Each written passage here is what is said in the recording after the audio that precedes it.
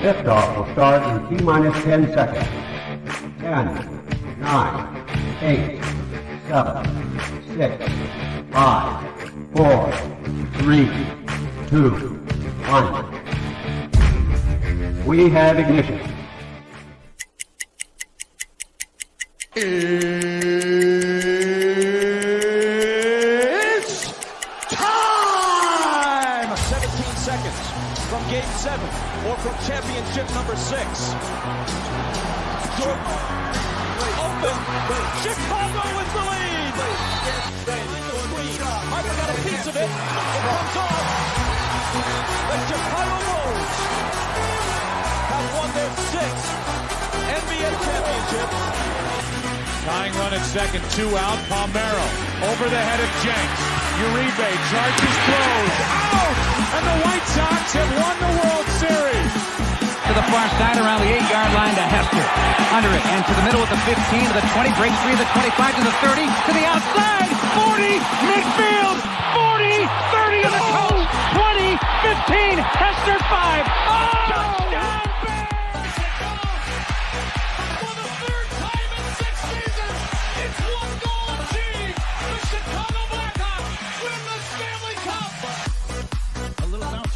Toward Bryant. He will glove it toward Rizzo. It's in time. And the Chicago Cubs win the World Series.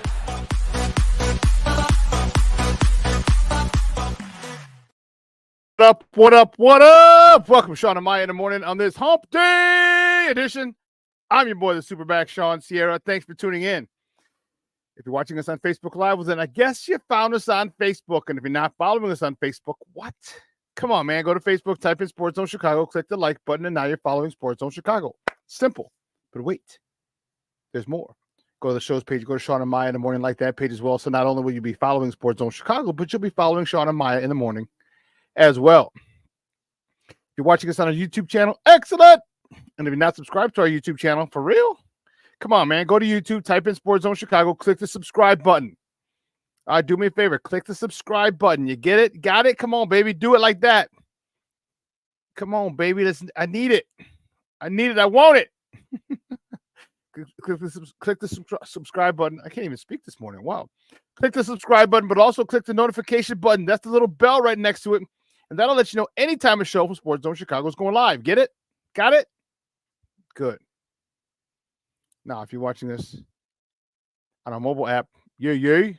And please don't tell me to know we had a mobile app. Come on, man. What's wrong with you? Listen, we have a mobile app. So if you wouldn't mind, do us a favor. Do us a solid, yeah? All right. Go to wherever you get your apps from. It doesn't matter where you get your apps from, okay? Go there. Type in Sports Zone Chicago. Download it. Take us with you on the go. So not only do you get Shawn and Maya in the morning 3 days a week, not only do you get our other live shows throughout the week, and not only are they archived there like they are on Facebook and YouTube, but I'll tell you what, we give you a slew, and I mean a slew of articles, thanks to my man Clarence Council III. Big up to Clarence for keeping you abreast of all articles Chicago sports related. Now, if you're watching this on Roku channel, I like that kind of party, baby. And if you don't know, you better ask somebody. Sports Zone Chicago, we have our own Roku channel. Okay, so if you have a Roku television in the house, do us a favor.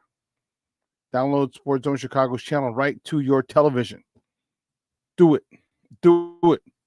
Put it right there next to the big boys. All right? HBO, Netflix, Hulu, Max, Prime, Disney Plus,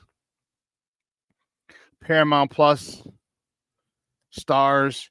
Man, speaking of Stars, man, when are they going to have Power Book 3 and Power Book 4?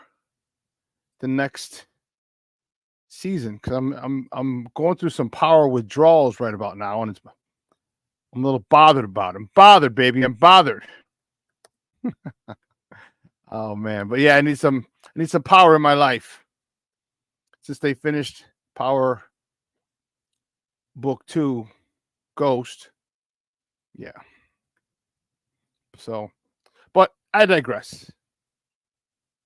Put us there. Download us to your TV set, your TV screen, or your smart TV, and watch us on a big screen. Hell, run a big screen, right, Mickey? Vicky, now. You can also tweet the show. You can tweet us at Sports Zone Shy. That's CHI at Sports Zone Shy. Now, if you want to follow me, just me personally online, you want to know what I did? Let me tell you what I did. I made it nice and easy for you folks. Nice and easy. One handle for Facebook, Twitter, Instagram, Snapchat, and TikTok. All one handle at the Shawn Sierra. All right. We have a great show, but I need you to get interactive. So listen, whatever platform you're watching us on, whether it's Facebook, YouTube, or our mobile app, if you have a question or comment on that platform, it'll come up here in the thread. We'll put it up on the screen. We'll incorporate it into the show. And that, my peoples, is what makes this the best morning Chicago sports talk show around. That's you. So bring them all, baby. Questions, comments, smart-ass remarks, because ain't nobody scared over here. I like The Rock said, baby, don't sing it. Just bring it. Let me see what's going on in the chat, because the chat is jumping already, and I like it. I like it a lot. Marshawn Walls in the Mickey Ficky house. What's up, Papa? I said good morning on a hump day, and Sox named new skipper. Yeah, we saw that, baby. We'll talk about that, of course. Cornelius Squalls in the house. What up, what up, what up? Man, that loss still hurts. I know.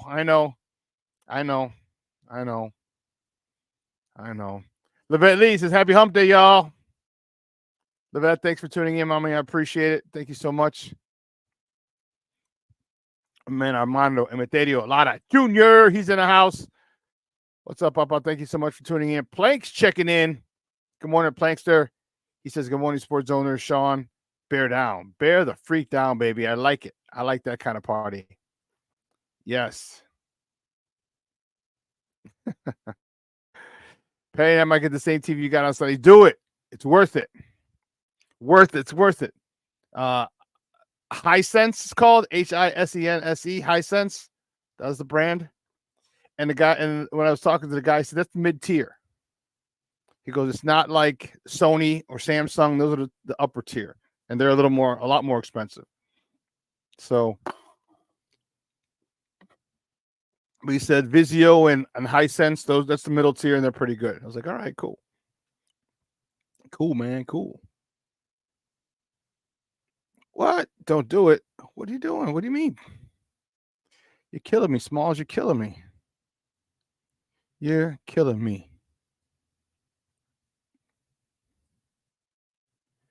Huh.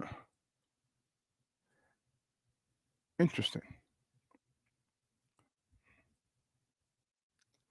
Oh, she's like, LOL. Well, no, we'll see. For those of you that know, my TV went out. I had a Philips TV. All right. And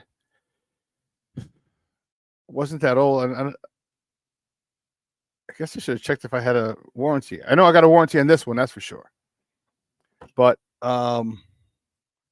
went out. It went out Sunday. And man, that was a son of a gun. It went out. Luckily, the game was at 3. I got up around noon, and TV wasn't on. The thing is, you can hear the audio, but there was no picture. I was like, what the fudge crackers? So I tried, and it's like, man, there's nothing else to do, but I got to go get another TV. So I went to go get another TV at Walmart because I'd seen some decent ones at Walmart. And it took a little bit. And I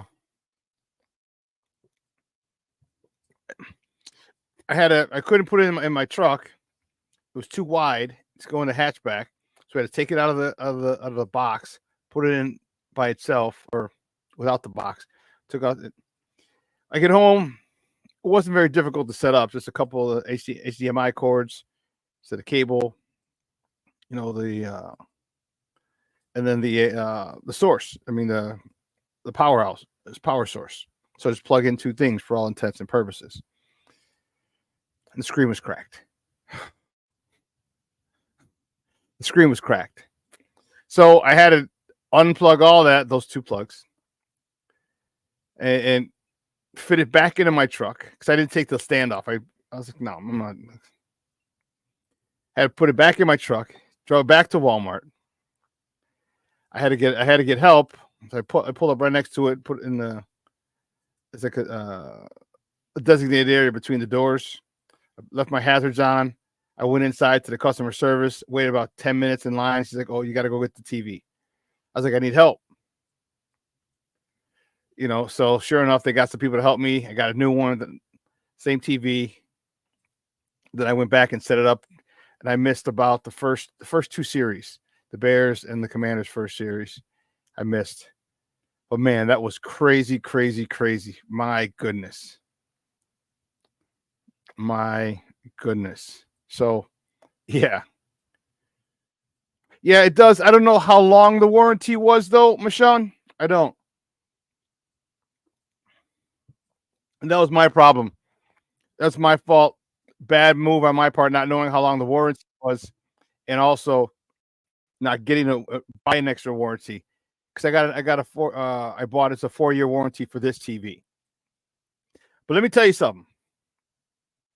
What size TVs do you guys have? Because I had a 65-inch, and then I said, you know what, bump it. The 75-inch was only $50-$60 more. I'm like, bump it. So I got the 75-inch. Dude, I feel like I'm in a goddamn huddle. That thing is huge. And I don't sit close to the TV like I'm on the other side of the room or halfway across the room in the living room, and I still feel like I'm in the huddle. I felt like saying, Caleb, on one. Dude, that was crazy. What size TVs do you guys have? King Booker World checking in. He says, salute, chat, and Shawn. What's up, King Booker World? But Shawn said, I have a 40-inch TV in my bedroom. Yeah, 40 is good for a bedroom. That's good. Depending how long or the distance, it is from your bed. But 40 is a good size for a TV, for a bedroom. What other size? What other? Or who else? What size do you got? What size TV do you have in your guys in the living room for you guys? The main TV that you watch. Because I'm telling you, man, that 75-inch ain't no joke, man. Whew. And it's HD too. Like, man, you can see the makeup. I can see the makeup on the newscasters. Like, damn. King Booker Will says, I'm broke, so I have a 32-inch. When I get rich, I'm going to get a size TV called The Wall. The Wall. Hey, bro, listen. They are very, very, very inexpensive at Walmart. And like I said, they have Samsung and Sony. They don't sell Sony. They have Samsung, which is the top of the line. Samsung and Sony are the top of the line. But the mid-tier, like Vizio and Hisense, those are good. And that's why I didn't feel like getting a Samsung. But yeah. So I got the Hisense. I've had Vizios before. Aunt Moss checking in. He said, bear down, Shawn. Good morning, Aunt Moss. Thank you, Papa. Thank you for tuning in. Michonne says, my family has a 55-inch in the living room. Cornelius says, I have a 55-inch, but if you feel like you're in the huddle, I have to upgrade. I'm telling you, bro, that is crazy. And also, depending on how close you sit, because like I said, I sit halfway across the living room on my, the couch. So it's a good 10 feet, 8 feet, 10 feet away. I'm trying to look at the wall. Yeah, a good 10 feet away. 8 to 10. And man, it looks huge. It's nutso. Mr. Shorty checking in. What's up, Papa? He says, ugh, can I pull my head out of the sand yet? I hear you, bro. I hear you. I got some text from some people across the country. Yesterday, some friends asked me how I'm doing. Levette Lee, she has a 32-inch TV. Okay. Armando, my man Junior, you got a 50-inch TV. Dude, if you get a 75-inch TV, bro, I've been to your house. Like, there's not a lot of space between you, the couch, and the wall. Like, it's it's a long, narrow living room.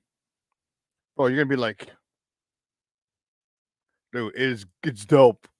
I'll tell you what, it's dope. It is dope. I'll tell you that. Oh man. But enough about that. Man, we got a great show for you at 10 o'clock at the top of the hour. My man Ken Davis is going to join us. We're going to continue this Bears talk. And there's a lot going on. A lot going on with the Bears. Man, players are starting to speak out, and I'll tell you what, it's not a good sign. It's not a good sign. It's not a good sign. Shawn says, have you heard of 90-inch TV? No, they had an 86 at Walmart as well. They had an 86. I was in Costco yesterday or 2 days ago, and they had a 94, I want to say. Yeah, so I've seen those. Those are nuts. And one of them was, I think they had a 100-inch, and that was like $2,500. I'm like, yeah, I'm not getting 100. Not for the size place that I have now. Mm-mm. That would be for like when I get my next house in the basement, the entertainment room. That's where the 100-inch would go. Emma says, just get a projector. I've seen some of those. I was at Best Buy, and some of those are nice. Some of those are nice. It projects right on the wall. It's like a stand. It looks like a nightstand, not a nightstand, but this looks like a stand. And the projector is like it's on top of it, but like it's sunk in, and it projects out onto the wall. It's not too far. Man, it's sharp. So I've seen those, Aunt Moss. I've seen those, man. Whoo. Yeah. Mr. Shorty says, rinse and repeat. Fox, Nagy, now Flus, all ruining a year of quarterback development. Next. Shawn says, 100-inch TV might be too big in my family home. I hear it, bro. 100-inch TV is, 100-inch screen is, man. I tell you, that's got to be in like a family room. I mean, that's got to be in like an entertainment room. You know, if you have like a basement, a man cave where you have space, you have a lot of people watching. Man. Aunt Ma said, we have a problem hiring a good guy coach. Iron Mike put a bad taste in his mouth. Can't control them, but they are the best. The Bears aren't the only problem with our only team that's following that model. Reinsdorf and crew, they're doing it on both sides. On the west side with the bullies, on the south side with their new manager that we're going to talk about in a little bit. See, the problem is, and here's the issue. They want guys they can control. They don't like being embarrassed, which is why I remember if you heard, there was no swearing on Hard Knocks with the Bears, none. Like, really? Like, all football teams swear. Come on. Almost all of them. One of the only coaches that I've ever had. I think I heard him swear once. I think he said ass. He said ass. Was Coach Duffner at Holy Cross.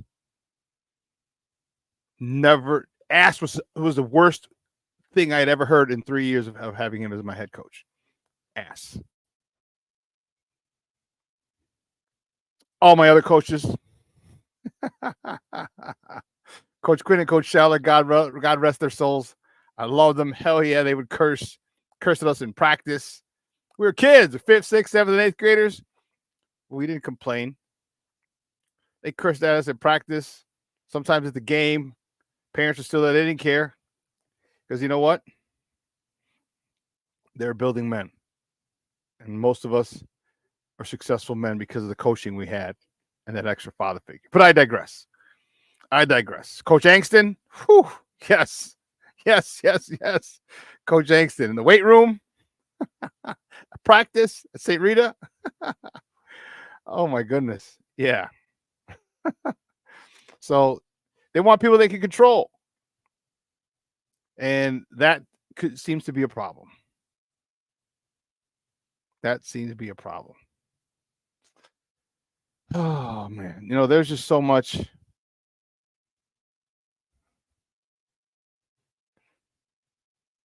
Okay. Okay. We'll do that.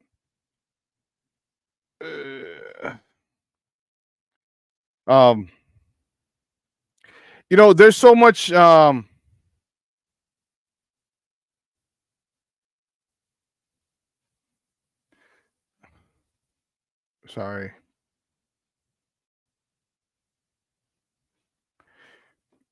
There's so much going around social media, making jokes about some people. Who's the presidential candidate, or they're in the rally in Texas. I think they mentioned the Bears losing. Yeah, it's frustrating. Man. King Booker Will, some of the shit my coaches yell at us with them sensitivity training on the daily now. Yeah. My optimism is gone. I feel dead inside. Well, see, don't do that. Don't do that. All right. Don't swing with the emotions like that.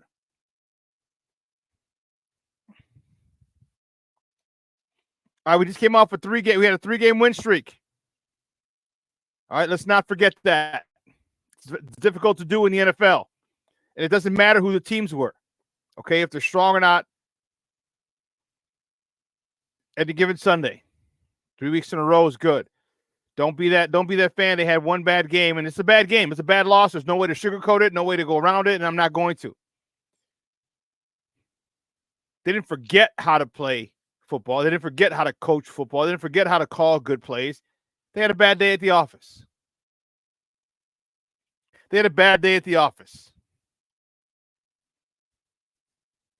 Okay? It was across the board. And here's a positive note.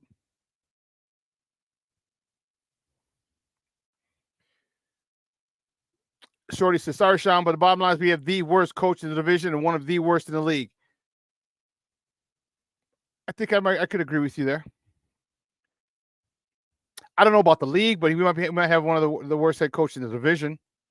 Campbell got his guys going crazy. LaFleur, great play caller. They're going to do something. And McDonald, or Kevin O'Connell, excuse me. But let me tell you something. You can sit there and be on that side of gloom and doom, or you can sit there and say, hey, shit, Caleb took us down and scored. When we needed to score in the fourth quarter, Caleb took us down and scored to give us the lead under a minute to go. When was the last time that happened?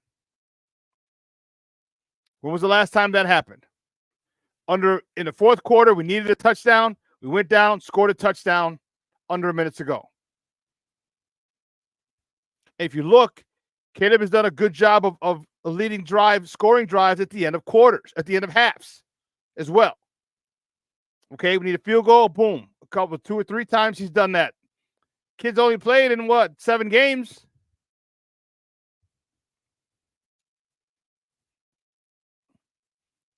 All right, kid's only played in 7 games, and he's come back and he led scoring drives at the end of halves twice. It would have been a game-winning scoring drive Sunday if it wasn't for the silliness of some people on the defensive side of the ball and the head coach. That would have been 3 games that he scored at the end of half or a game. But 7 games in, he led the team would have led the team to a game-winning victory with 25 seconds to go. I think he got something there. Okay, so you can sit there and look at and be down and in the. You could be a negative Nancy if you want, but look at the positives. There are some silver linings in this cloud, and it's a big ass dark cloud.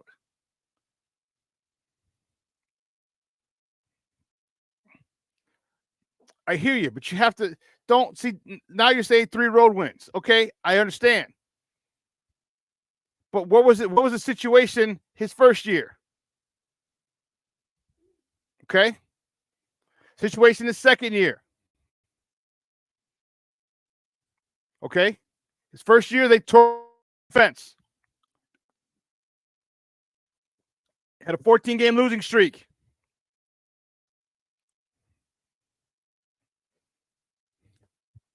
Don't worry, they'll remember I said the worst that I could say I would be okay with would be 6-3.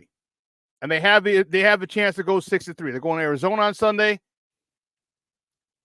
And then they're coming home for the Patriots before they welcome the Packers. They can still finish 6-3. If you finish 6-3 and you split those last 8 games, you're 10-7. You're 10-7, and unfortunately that might leave you out of the playoffs, but you can't go wrong if you have double-digit wins. Remember I said you have to improve from last year. The Justin Fields led Chicago Bears won 7 games last year. You got to have 10. And they're on track for that.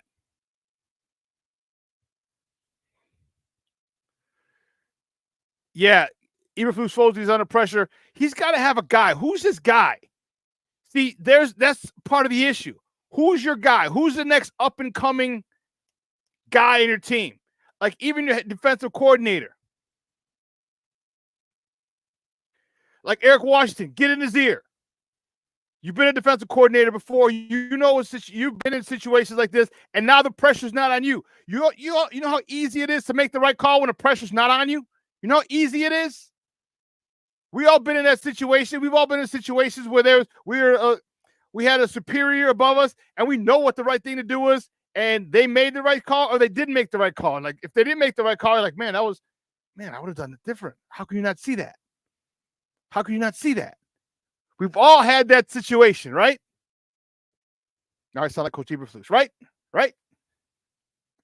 We've all been in that situation.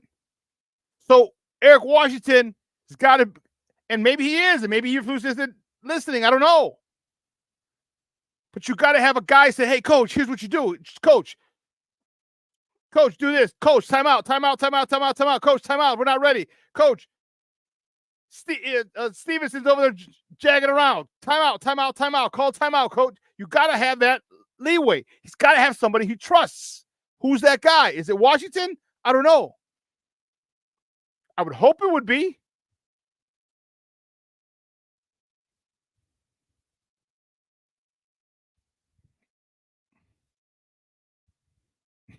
Shorty says, thanks, Shawn. I usually am. You're right. Now with the optimism, I need this. Okay, good. Junior says we're having a Shorty intervention show today. There are a lot of good things that came out of this. Let's not get it twisted. Don't let the fact that they lost cloud it. Don't let it. It's easy, especially the way they lost. It's easy, but man, don't let what happened cloud the good stuff. You're saying, well, what good stuff was there? The freaking long touchdown run by DeAndre Swift. He's gotten better and better after the first 3 games. He's averaging 5.4 yards a carry, over 5 yards a carry. Come on now. If you don't think that's good, I don't know what to tell you. I mentioned Caleb that would have been a game-winning touchdown drive if it wasn't for the last 25 seconds. So whenever there's pressure on at the end of half, at the end of games, it seems like Caleb doesn't think as much. It seems like Caleb is in his element. It seems like Caleb is more comfortable in those situations. Having a quarterback comfortable in those at the end of game, end of half, and end of game situations is a huge, huge advantage. Huge.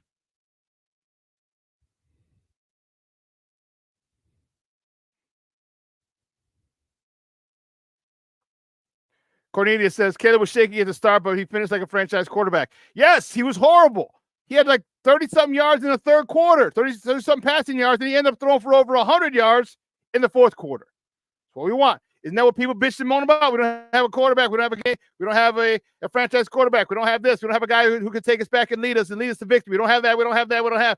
Oh, Justin's numbers in the fourth quarter were crap. This is everyone's complaining about everything about the fourth quarter. Now you get a guy who takes you down to win, and you overlook it because the team lost. The defense screwed up. The coach screwed up. The offense didn't screw up in that fourth quarter. The defense did their job the first 3.5 quarters, keeping them to field goals. The offense, the NFL's number 1 ranked offense, they kept them to field goals. They only scored 18 points, and the only reason they got 18 was because of the Hail Mary. It would have been 12. They held the NFL's number 1 offense to 12 points minus that last play. And the offense couldn't get it going. They got it going in the fourth quarter. Caleb takes him down for the lead with 25 seconds to go. So there's definitely some positives, some really strong positives. So let's not get all Chicken Little on us now. The sky's falling. No, it's a bad game. Now here's the thing. Don't let Washington beat us twice. Coach Eberflus cannot allow that to happen.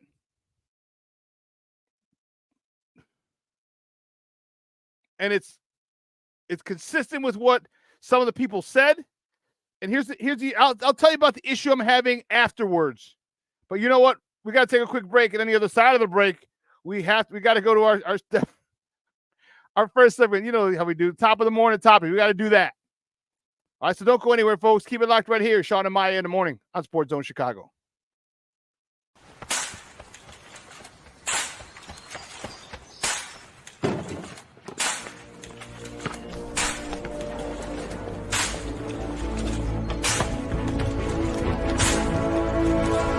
Move it!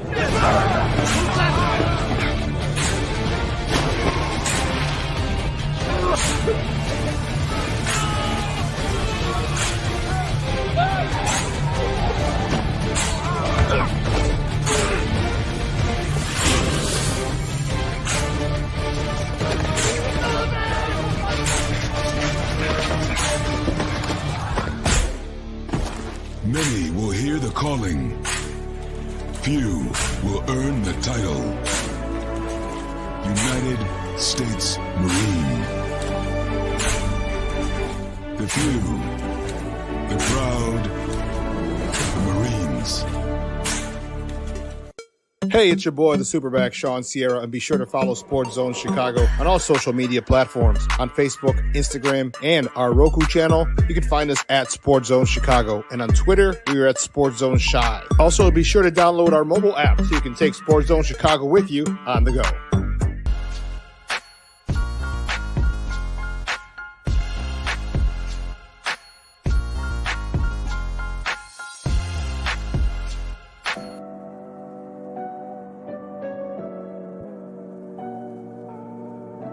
How do you take care of your mind health? For my mental health, I meditate in the mornings. I have my dogs. They're the best. I just find ways that help me just relax. Finding things that make me happy, like being close to my family. I meditate a lot and read books. I have hobbies outside of the game. I'm able to switch off. I'm able to turn my brain off from the game of basketball. Your mind health matters. Your mind health matters. We are looking for a few heroes, mentors, trailblazers, innovators, a passion to change lives, spark curiosity, open hearts, and awaken minds, help students answer the question, who am I? This could be your calling, but this is no job. It's the journey of a lifetime. Be a hero. Be a teacher. Mental health and learning disorders don't discriminate. 17 million children and adolescents in the United States live with disorders like anxiety, depression, ADHD, and dyslexia. Less than half get the help they need to thrive. Help the Child Mind Institute change these children's lives. Visit childmind.org.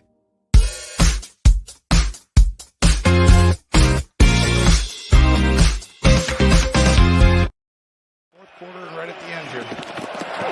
To Swift. Look at Swift. Take it to the Washington side of the 50. Down the sideline he goes, and he's galloping home for the game's first touchdown. There's your Devin Hester moment. You're really 2 plays off.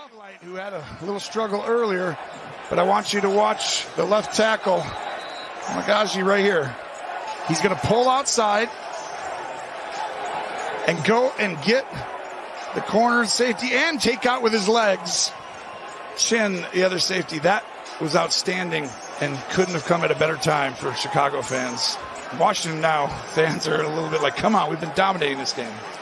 You know, we were talking to Shane Waldron, their offensive coordinator, and spent a lot of time in Seattle. He knew he was going to go against the guy he saw all the time, Bobby Wagner, back in the day in practice when they were on opposite ends on the Seahawks. Shawn and Maya in the morning on Sports Zone Chicago. Those clips courtesy of CBS. And you know what? Let me tell you something. As rough a game as Kieran Amagaji had, that was a huge, huge, huge block. That was a huge block. You know, because he got 2 guys and it was awesome. He actually leg whipped a guy. It's legal, but he didn't do it on purpose. So he hit one of the safeties, and as he goes down to get him, he goes down, he flies over, his legs fly back, and here comes the other safety right into his legs. And you saw the dude flipping as DeAndre Swift was running down the sideline. He knocked out 2 birds with 1 block.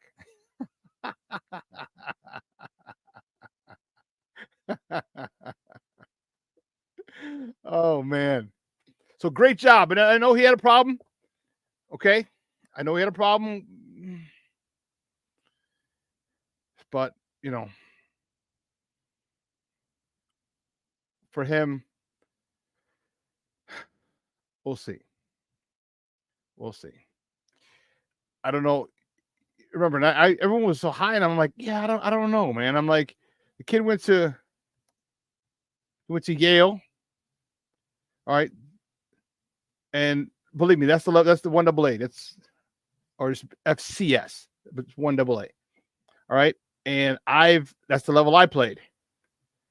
And my only 2 losses, my first 3 years with Coach Duffner. Remember, my first 3 years at Holy Cross, we had 30 wins, 2 losses, and 1 tie. Okay. My only 2 losses were my freshman and sophomore year to Army, a 1A school. And let me tell you, the difference of athlete, and Army's not even a big program. The difference in size of athlete from 1A to 1AA is night and day.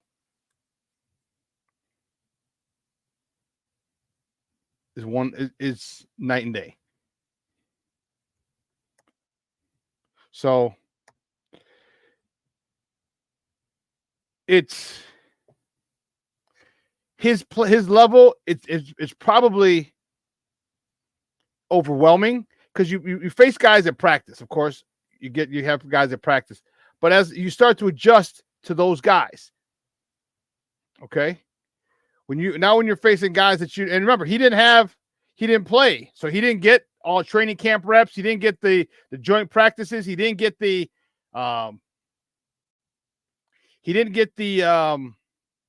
preseason games in, nothing. So he's coming in, and they don't practice hard, not during the season. So hopefully he gets better, but you could definitely see the difference and the problems that he's going to have initially. But I digress. Guys, let's get to it, guys. You know how we do the first segment of every show. It's called Top of the Morning. It won't come just when you want it.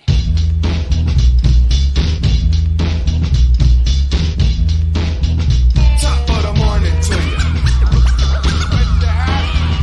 Top of the morning to you. Top of the morning to you. Let's see, the first top of the morning topic is where do we go? Which way do we go? Which way do we go? Here we go. We'll start this way. The Bulls host the Orlando Magic tonight at the United Center. Tip-off is at 7 o'clock Central. You can catch that game on Chicago Sports Network if you have. As long as you don't have Comcast, you can. Or you can listen to it on their flagship station, 670 AM. You know what's really funny? This is really, really, really funny. Usher is at the United Center. Usher was there last night. And he's there tomorrow. I actually might go tomorrow. We'll see if my guy can get me tickets. I'll probably go tomorrow to the Usher concert on Halloween. But it's crazy how you got Usher last night. So the crews are working overnight, dismantling the stage because the stage was big. So I saw a friend of mine or someone on my timeline was there last night, and the stage was kind of like in the middle of the floor, and he was roller skating around because that's his thing. Like his residency in Vegas, like he was on roller skates a lot. So they had to so it's a long stage. So they had to dismantle that right after the Bulls game. I'm sorry, they had to dismantle that last night right after the concert, get ready for the Bulls game tonight. And then immediately after the Bulls game, they got to dismantle the court and put that stage back up because he's going to be performing tomorrow. That's nutso. Crazy. But I digress. The Bulls are looking for another home win, man. I'm excited about this team. I like this team. Like I said, they might not be a good team or a great team, but they're going to be fun and exciting. Sticking with the Bulls, the next top of the morning topic, Lonzo Ball. My goodness, man. Fudge crackers. Lonzo Ball suffered a wrist strain in Monday's game, and he will be out at least 10 days. Man, I don't even know what to tell you, bro. I don't even know what to tell you, my peoples. You talk about frustrating.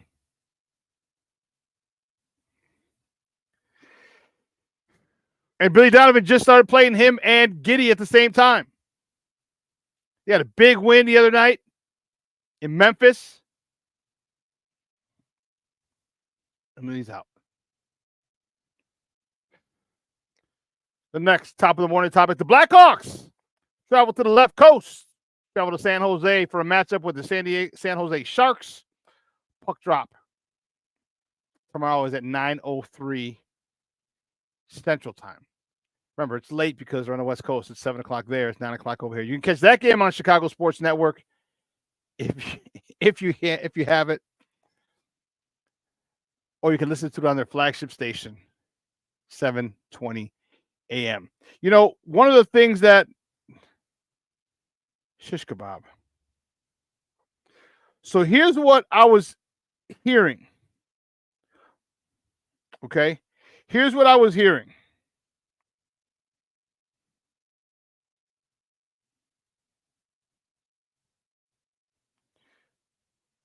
Hold on, where are you at? There we go. So, according to our guy Lawrence Holmes, here's what you're going to see on here's what he is hearing on the app. Now they're holding off the app until they get a deal. They're trying to get a deal with Comcast. They just got a deal with Tubo, but they want it with Comcast. According to Lawrence, he said it should be available before Thanksgiving. So we have a month, 30, a little less than a month. So it's going to be $19.99 per month per team. Bulls, Sox, Blackhawks. $60. But wait. Or to be $30 a month for all three.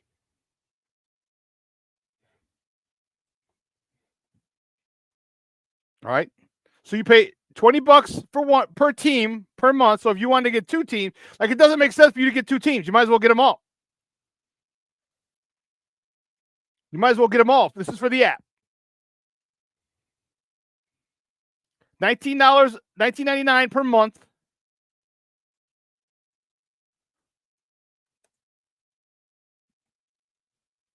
For one team.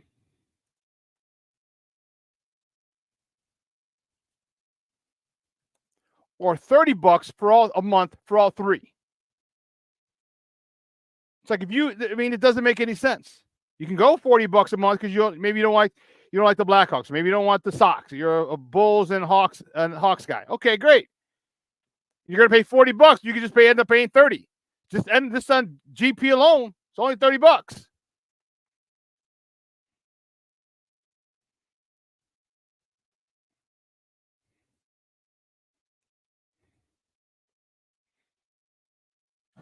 It's crazy. So this is what, or there's more, or $300 per year for all of them.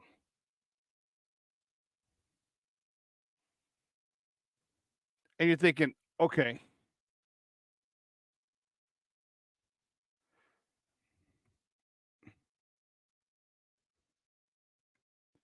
So it makes sense.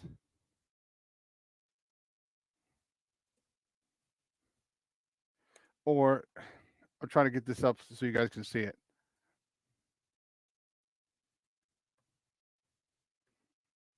Here.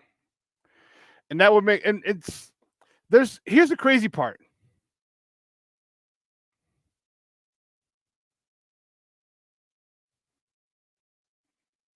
This is why I have a problem with Reinsdorf. There's a lot of teams that have this shit for free. You talk about making money.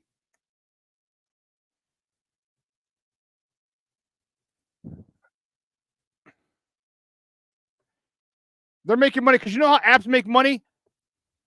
Apps make money off of commercials, just like TV and podcast, off of commercials, sponsors. So not only are they charging you to watch it, but they're also charging advertisers. So they're double dipping. So if this doesn't piss you off, I don't know what does, because there's a whole bunch of other regional sports networks that you can watch their games for free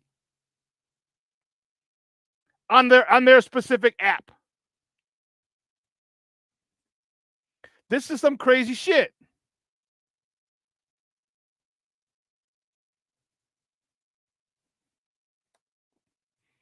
That's some that's some bullshit.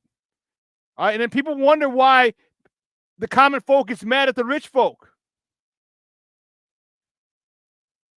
See, there's Chicago Sports Network app prices, $19.99 a month per team.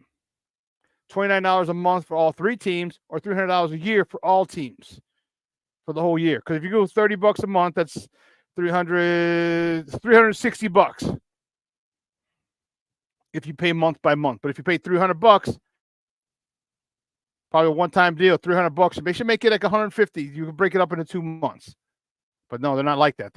That's jag-baggish, real jag-baggish. Like, who the hell wants to pay $300 to watch the Bulls and the Sox? Speaking of the White Sox, the next topic, the White Sox.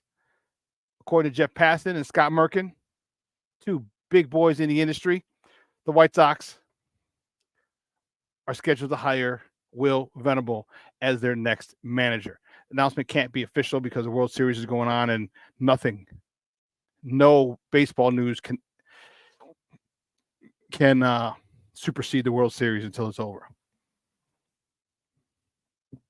Not that this news is going to rock the baseball world or anything, but that's just a Major League Baseball rule. Some people are happy. He was a bench coach with the Cubs recently. He was with the Rangers last year. Some people like it. Some people don't. I don't know a lot about him to make a decision one way or the other. I got to go do some more research on him, because this came across last night, like 10 o'clock, 10:15.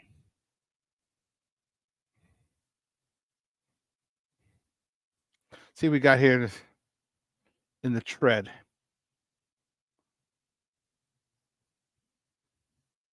DC, Derek Carter checking in. What's up, Papa? How are you? Thank you for tuning in. Shorty's like, I just so badly wanted this to be our time, our national quarterback love, our miracle wins. But see, to have a miracle win, you gotta have the ability to score late to win. And we did. So do you honestly think, sit back, relax, take your feelings out of it, do you honestly think that our defense is going to give up late scores with under a minute to go again? Do you think that's going to happen to our defense again? At all? The remaining 10 games, do you think our defense will give up a touchdown? And that was the only touchdown they gave up in the game. Do you think they're going to give up a touchdown under a minute to go, with less than a minute to go when that drive starts? Do you think they're going to do that? I don't.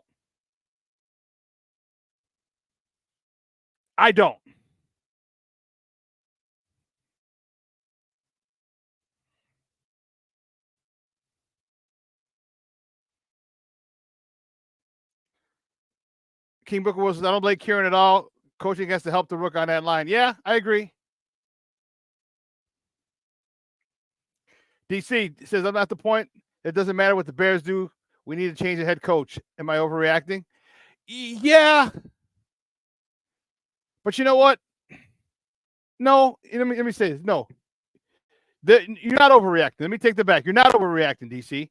All right? Because there's more than enough instances where you can say, man, some coaching decisions are not good.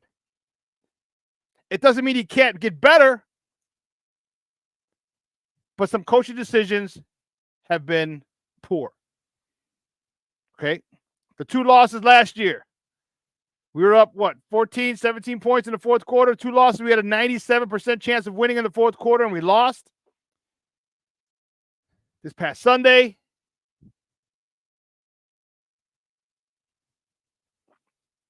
his lack of awareness, lack of use of timeouts. There's room. You're not overreacting, DC. No. But up until Sunday, he hadn't lost that locker room. I don't say he's lost it. I say he's losing it. And like I told you before, a lot's going to happen. A lot is going to be seen about how this team responds to Coach Eberflus, especially with the Tyreek Stevenson situation. You know, in his presser, here's the issue. Here's the issue most people have. Here's the issue that most people have. You see people taking accountability. You saw Kramer saying it was my fault. I screwed up the handoff. It bounced. I didn't get it. Okay. You see other people saying, hey, I missed my block. Caleb, hey, I got to get better. I missed a couple people that I usually don't miss. You see all these people taking accountability of the stuff that they did wrong, and they should. They did do wrong. They take accountability. What does Eberflus do? He doesn't take accountability. It's okay to say, you know what? We probably shouldn't have run that play to Kramer. Probably should have called a timeout and set up the defense to guard against the sidelines to give him that extra 15 yards. Looking at, I'll probably do that. It'll probably change. Take accountability. Isn't that your hits principle? I mean, you have your team doing it, but you're not. And to me, that's the problem. And there's a couple of people who are coming up, are popping off at the mouth now after this loss. Well, remember, that 14-game losing streak, nothing negative came out of Hallis Hall. That was, tighter than a whale's blowhole. Nothing was getting out. No negative talk, no bad talk, nothing. But now, we got a couple people saying, things that make you go, But listen, let's take a quick break. On the other side of the break, we're going to welcome my mans in them, Ken Davis, on the other side of the break. So don't go anywhere, folks. Keep it locked right here. Shawn and Maya in the morning on Sports Zone Chicago. Hey, it's your boy, the SuperBack, Shawn Sierra, and be sure to follow Sports Zone Chicago on all social media platforms. On Facebook, Instagram, and our Roku channel, you can find us at Sports Zone Chicago. And on Twitter, we are at Sports Zone Shy. Also, be sure to download our mobile app so you can take Sports Zone Chicago with you on the go. Time out. How are you feeling right now? Happy? Excited? Angry? Overwhelmed? One of the best things you can do for your mind health is to name what you're feeling. It can sharpen your awareness and help you talk about your feelings with someone you trust. Here are 3 questions to ask yourself. Where are your thoughts right now? In the past, the present, the future? Do you notice any sensations in your body? Is your heart beating fast? Is there a flutter in your stomach? Or are you fully relaxed? What do you need right now? Time with others? Time to yourself? Remember, there's power in this awareness. So find ways to identify what you're feeling today.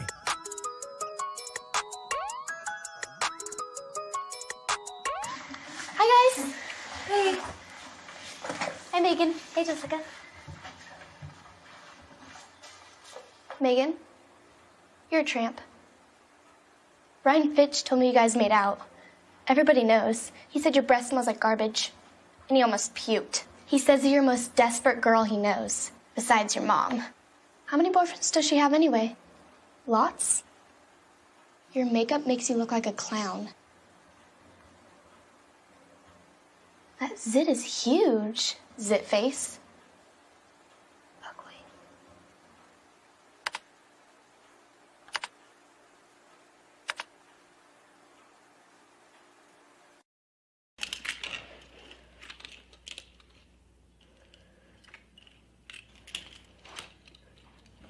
Hey, bud, what you doing? I'm playing with cars. Cars? Can you show me what a car does? Whoa, whoa, whoa, whoa, whoa. Hold on a second. First of all, this is a school zone. So you need to put down your cell phone, stop texting, and let's get to driving. Now you're coming up to a stop sign, right? You need to slow down and stop before you hit that Y line. I want you to look left, right, left. You don't want to get hit by a car going on your left and to your right to make sure you don't get sideswiped by a guy coming from your right. You're coming, and you see a crosswalk. You better slow your horses down because the #1 rule of driving is always yield to pedestrians. Now stop, pull over, and you are done driving. Gosh, what do they teach you kids in school nowadays?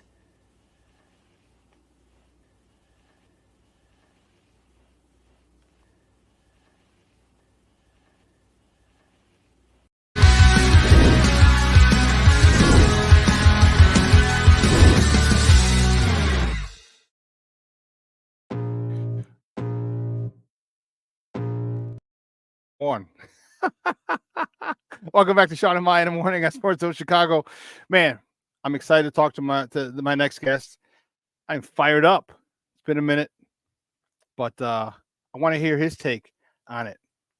And guys, you know how we do. He's the host of the Under Center podcast, good friend of the program, and beer stein aficionado, my man Kenneth Davis.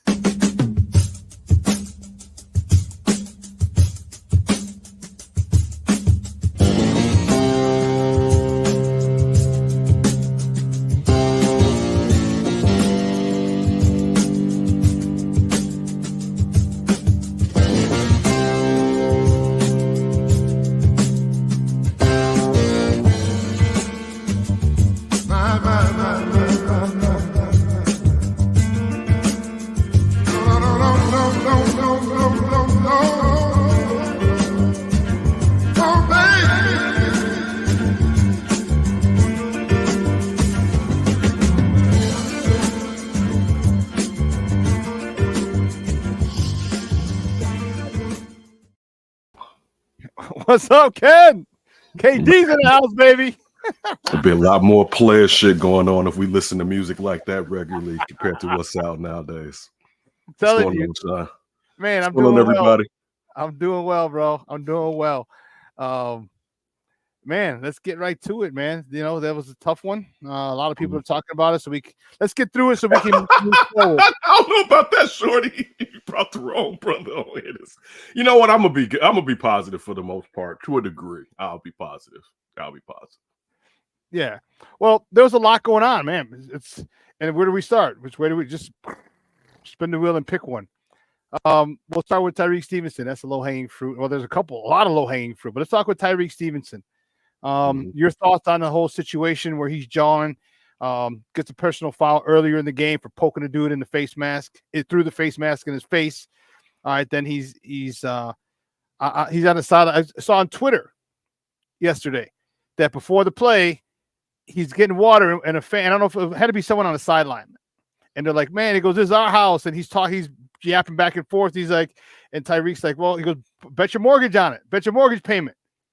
And the guy's like, oh, I bet. So they dap up. He's like, oh, you go. And he pointed at somebody. He goes, you got this, right? And then he's over there yapping at fans, Bears fans or Commander fans. Doesn't matter. As the play's going on, your thought on it, on the whole Tyreek Stevenson situation. There to a degree, I enjoy the fact that he plays up to the line. You know what I'm saying? Where he's pushing it if he needs a certain edge. But I think it just shows a lack of accountability, if we're really being honest, and growth. Because, okay, last year he got burned a lot because nobody was throwing Jalen's way. But we saw the potential in Tyreek. You can see, I see why they drafted him. You know, a big corner. You think about before he transferred out of Georgia, him being the star, and what you have to do in that system. He wanted to be a boundary cornerback. He's here playing boundary quarterback. You know, we have Gordon to play that nickel role here. The jawing during the play, that's a problem. You know, like that. There's a difference between, okay, you know what? I'd prefer if you didn't do that when you're talking about bet the mortgage, when you're talking about, of course, the last player doing something is going to be the one that gets a flag, will put his finger in a face mask. Not to say that wouldn't anger me, but I get that that's the style of player that you are, and you can't get us flags, though. That you can't do that again. That last part where, I mean, it's one thing to be jawing around prior to the play commencing. You're still jawing while the play is going down. That right there, you can't do that. Like to me, and like talking to some of the people in the industry, it's like, where's the accountability in the locker room? Well, before we get to flus, because there's a certain standard where players in the locker room police themselves. Yep. And even though you had to move off of him because of his foot, and I know some people didn't like him because he went through ups and downs here, it shows you what Bojack not being in that locker room could take place. Because somebody, particularly when we're talking about those defensive backs, was supposed to make sure this kid learned, all right, it's time for you to start maturing to a degree. With flus, I was watching everything you said here. He should have been going at the end of last year. I mean, we all knew the best thing was to clear the deck. And it's so Chicago, where we're getting a new quarterback. The team has built a roster that looks like they can get to contention a lot quicker than we would have expected. But we're still holding on to something because we're afraid to find something new. One of my biggest fears with Matt Eberflus has always been, is the Bears' start to the season, is that a trend or is it an outlier? And every year it's been the trend. So I was expecting perhaps especially with the schedule this year, where it's as lopsided, I've said that several times joining you, as lopsided as the schedule was, you had to take advantage of these what seemed like victories at the beginning of the year, but knowing that there's parity within the NFL and teams you expect to beat will beat you on any given Sunday. But yet we've seen them forget, like everybody wanted DeAndre Swift gone, which to me was like, wait, what? They weren't running the rock?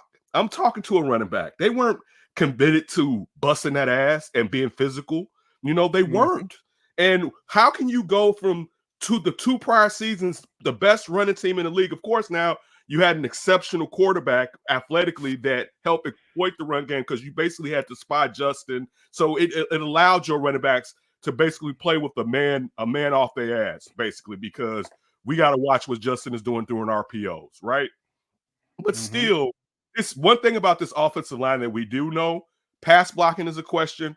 Run blocking, they can do. They can shoot off the ball and get somebody. You brought in Shelton because of the scheme on what you thought he could do at the next level. You didn't bring him in to be a piss light ass to be a pass blocker. So for me, and we Flus, and it's the thing where Flus kind of gets away with this. You said you were going to be a CEO in both sides. Regardless, you decide when you're going to go for it. You decide to be like, nah, I don't like that play. I'm talking about things that happen on the offensive side of the ball, right? It still comes down to you regardless who the coordinator is, because he has to go through you if you like it or if you don't like it. But because of last year, the defense plays so well because he's an excellent defensive coordinator. Let's not take that away from him. He can call and feel what they need defensively. He can do that, right? But as far as the CEO, no. And it's also like players know, just to be honest. Like they know. It's not as secretive or whatever. There's questions to say that. I've heard there's questions. Let me ask you this. Let me ask you this question. This isn't even from this week. Go ahead. Let me ask you this question. Is this too much on his plate then? Is it too much being a head coach, being a defensive coordinator? Is it too much for him to handle? No. Let's go to answer your question. Being a head coach is too much. So I don't know if you're leading to where you're saying, well, let's take defensive coaching away from him and things are going to be fine. No, they did.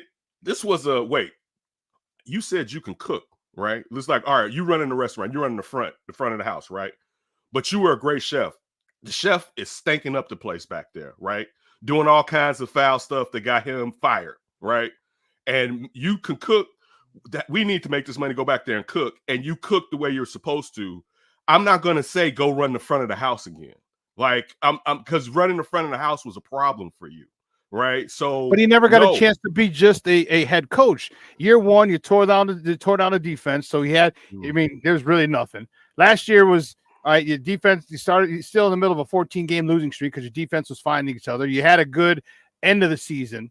And this year, and then don't forget last year you had the scandal with the defensive coordinator and the running back coach and all that other stuff. All right, so he never really had a chance to just be a head coach. So he was head coach and defensive coordinator for the longest. Do you think it would be okay if he was given that just position as head coach? Can Kyle Shanahan basically do that? Like, think about guys who are head coaches but still Andy Reid. Right? Andy Reid. How much of that? I don't think they don't even acknowledge Nagy as the offensive coordinator.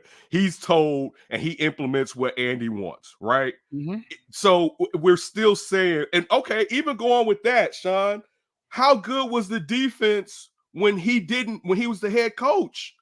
The defense before the defense coordinator last year wasn't playing lights out like they were when he became the DC. He wasn't even getting his defensive coordinator to do what he would have done as DC. So it gets to a point where, and here we get too close to something, we don't want to let it. I'm not saying he's not a good person. That's not what I'm saying. Mm-hmm. No, I agree. All of us have been in situations where, man, this may be a little bit too much for me. I've definitely been just the wave over me at a job with frustration. And I didn't know how to get up out of it. Right. The thing is this, how long has he done something for you to make you think I want to continue to go down this road? So and I don't think there's been enough equity built in for me to say we need him. I don't believe that, and it's hopefully, and I'm not saying that anything's going to happen, but hopefully Ryan Poles is honest with himself on two things. It's time for me to probably move off of my HC, and definitely it's time for us to move off of however the hell we scout no lineman, but that's a discussion for a different day. But as far as the HC, and he should have done it at the end of the year. Let's also not act like this wasn't some old Charlie Casserly or whoever. Flus got interviewed before Poles got interviewed. This wasn't Joe. I knew this guy, and one day I looked at him, I was like, me and you together one day, dog. It's time to bring in someone who I would prefer them being an offensive minded head coach. But if they're a great defensive head coach and they can find an offensive a coordinator, great. I just haven't seen it from Flus outside of being a defensive coordinator. And so you're telling me to put him back in something that he hasn't done well when we found out what he can do. Like, I know what you can do. I don't need to experiment with, can you do X again, because you couldn't do X. And to be honest with you, Shawn, we're not asking a lot from him. One, there's always going to be a problem, particularly with defensive coordinators with clock management, because they don't really have to do that. And he's shown those issues. I'm not even going to bludgeon him with that, because we've had it. Lovey, we had the same stuff with Lovey. And again, particularly when you're talking about DCs taking over as HCs. But the thing is this, the offense, he still decides if they're going or not. He still decides if this is the thing. I did not play professional sports. There are a lot of gentlemen in here that played sports at some level. All right. I remember when I first got into football, I was in the running back line, and they was like, nah, you can go play edge and some DT. But then one day at practice, they said, Ken, we want you to run the ball. I'm like, hell yeah. I've been waiting for this. I run off the guard between the tackle, right? The thing opens up like the Red Sea. Nobody wants any of this, Shawn. I'm running. You know what someone did? I don't even know who did it. They stuck their hand out and did this. Boop. Because guess what? I've been putting my hand down in a 3-point stance or a 4-point stance. You know what I haven't been doing? Like you saw people during the week, holding on to a damn football. You don't play game like you, Shawn. You know this. You know this. Where it's like we about to do the fridge thing. No, we're not. There's a kid named Roshan Johnson back there. This is why we have his ass, right? Like if push comes to shove, put a tight end back there. But for you to be in this, and again, if you're using him as a fullback, cool. But now you're going full on fridge football out here, and you didn't say hell no. No, you're not good enough to do that. You know how nice you got to be like throw in the offensive lineman and give them. You got to be nice when you're doing it. You have to have a grind against Bill Walsh, and you want to get him back for the infliction that he did for you prior seasons following Bears history. It's just these things where we want to be like, man, it's cool. It's not cool. So this is year one. None of us expected them to be contenders in year one, right? But the thing is, and how it looks, they're going to have to get another OC, because if this doesn't go right, and then it's going to be not just Caleb, but the whole entire offense learning from a new OC. Perhaps the defense would be the same because of the amount of money they put into those players, those linebackers, and into Sweat. So there probably would still remain in the 43, right? You're going to have to find a coach who's willing to keep a 4-3. You're not going to be like, Sweat, stand up. You know what I'm saying? It wouldn't even make sense for you to do something like that, right? So, but still, now you didn't have to do this. You could have fumigated the house, cleaned out, like we cleaned out the whole house, but left that nasty couch over there because we comfortable with that cat. Granddad's love seat or the recliner, right? We left Granddad's recliner in there, and we know we should have threw Granddad's recliner out. And now the whole house is looking better. We painted. The decor is nice, but it's all thrown off because Granddad's love seat is still over there because we can't let go of Granddad's love seat. We let go of Granddad. It's time for the love seat to get the fuck out the house. And again, it's just the truth. Like it's like I don't get it. I'm just explain to me, because I don't. We all want what's best for this team. Have you seen anything to tell you that he's a Super Bowl head coach during the time frame that he's been here as the Bears head coach, Shawn? The only thing that had me sticking up for him was the fact that he didn't lose the locker room during that 14-game losing streak, and now he's starting to lose that locker room. All right, now he's starting to lose that locker room, and that's where my allegiance shifts. All right, when you got stuff like this going on, it's going to be important that we come back, tomorrow and then throughout next week and look at the positives, look at the negatives of, for us offensively, how we started slow and those things, and get those things corrected. But to obsess over the result of what happened, I think it's just a little immature and understandable at the moment. But there's a lot that we can get better at. I'm sure you already got to this, but how do you explain the first 3 quarters on offense? Yeah, it wasn't good. I'll tell you that. And thought they were covering well, and we weren't being efficient enough on first and second down, and a few penalties set us back there. So again, that is a hurdle that we got to get better at. We haven't done too well in weeks past of that, so we got to be better there.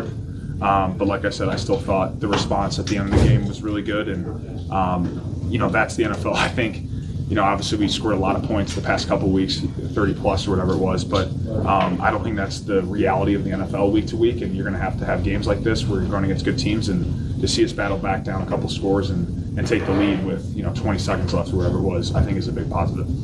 One more.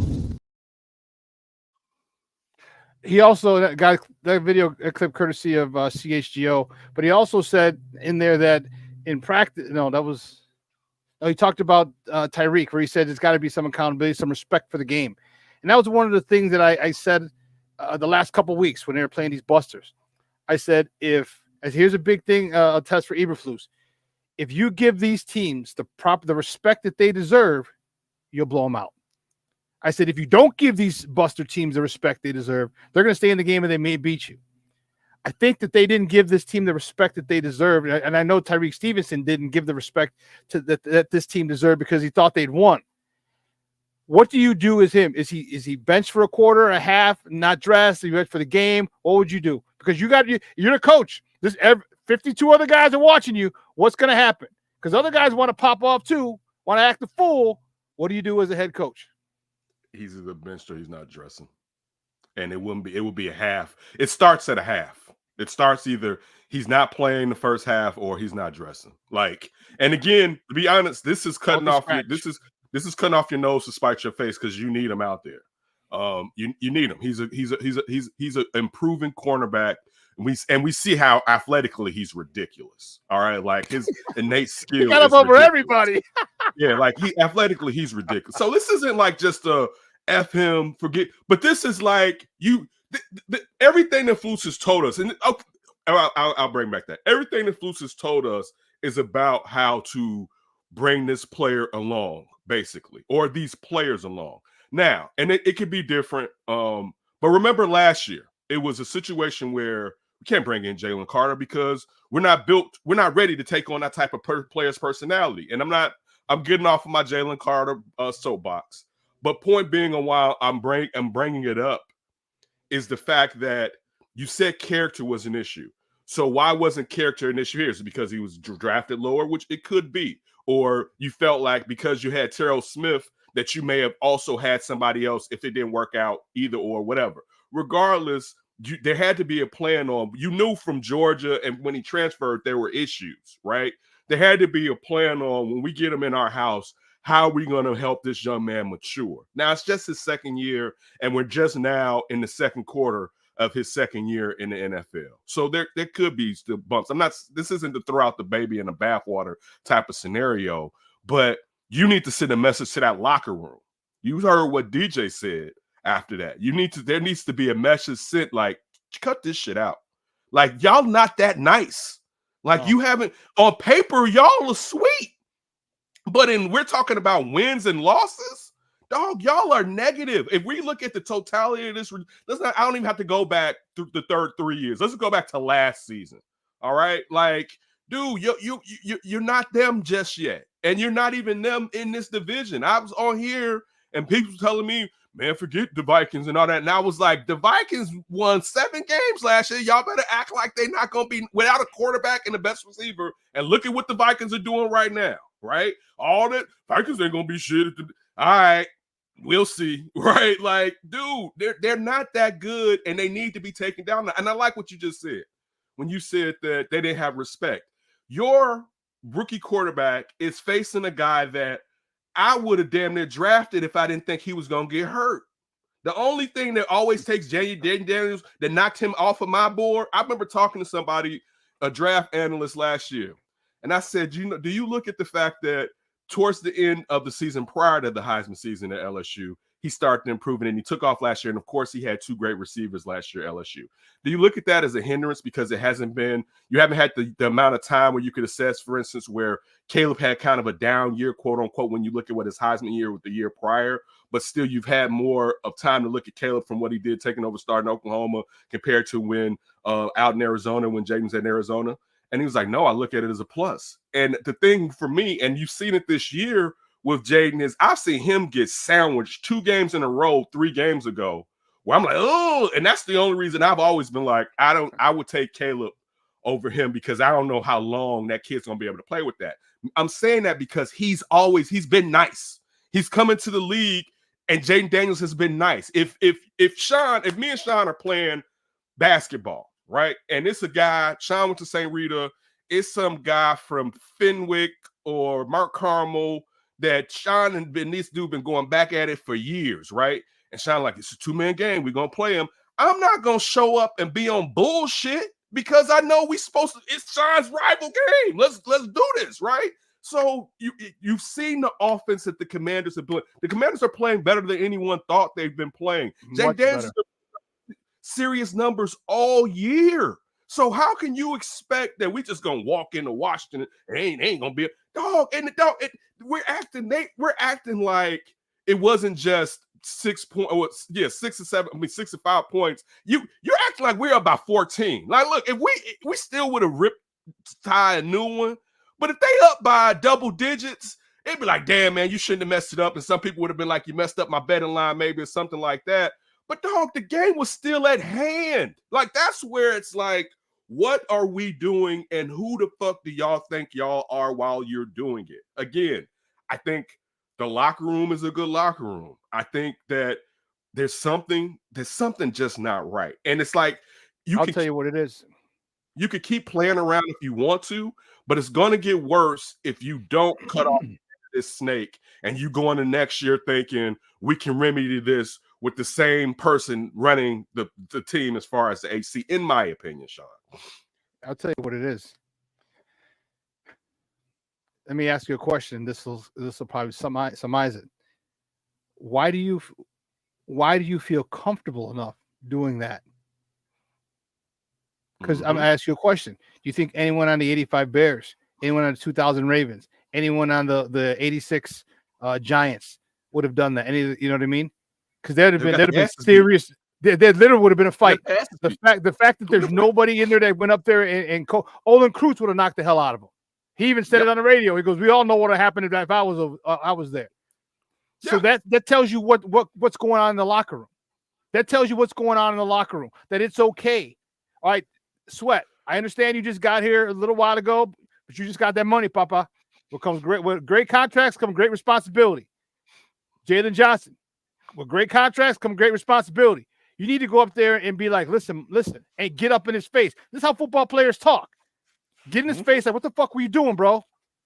And if it has to come to blows or people have to get separated, then let it come to that. But there has to be in no uncertain terms that you screwed up and it can't happen.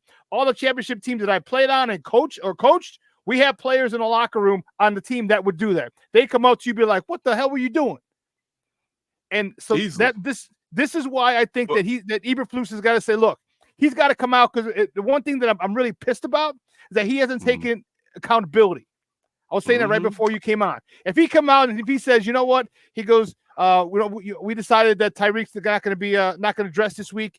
His behavior is uncalled for, and you know what, he's going to learn from this. He's going to grow from this, but he's not playing this week. You come out and say that, you just send shockwave to the locker room, like, oh, this dude does got balls. Okay, two or three things here. What if you brought in players who are lead by example guys? And one thing, to your point, though, when someone steps outside of their character, you kind of question is that if they're being authentically themselves. So, yeah, those players could do that. But if that's not who they are, it falls on the coaching staff and the coaching staff to do it themselves. But also, it falls on the general manager to know that you need to have that style of player somewhere on that roster that's going to be that guy in the locker room to police that locker room. So the thing is bigger than Nino Brown. Yeah, exactly. You wanted a room full of church mice. You're gonna have to get a Rottweiler in there. Jesus Carter has character. I don't know if we have the locker room. Maybe you need that type of luck. Yeah, so because if it's nothing worse than the quiet guy, and there's difference from a quiet guy and you like don't mess with him compared to a quiet guy and like this really ain't you, bro. You know what I'm saying? Like there's a difference between that. So I think that could be part of the problem. You mentioned accountability. Accountability with that person runs really, really, really the other way from everything that I've heard. That's a big problem. Like, seriously, that's a huge, huge problem. That person, he's And talking about Coach Eberflus or Tyreek that person right there, that person. No, I'm not talking about Tyreek Stevenson. Oh, okay. All right. And it wouldn't even matter because he's too young. Like, he's just I'm not dissing him. He's a cornerback. You know what I'm saying? Like, he shouldn't be able to permeate through the locker room. That would be even a bigger issue with everybody from the top to the players in there if the bad apple was ruining stuff. And I'm not saying he's a bad apple. He's just immature. He needs to mature. But accountability is a problem with Flus.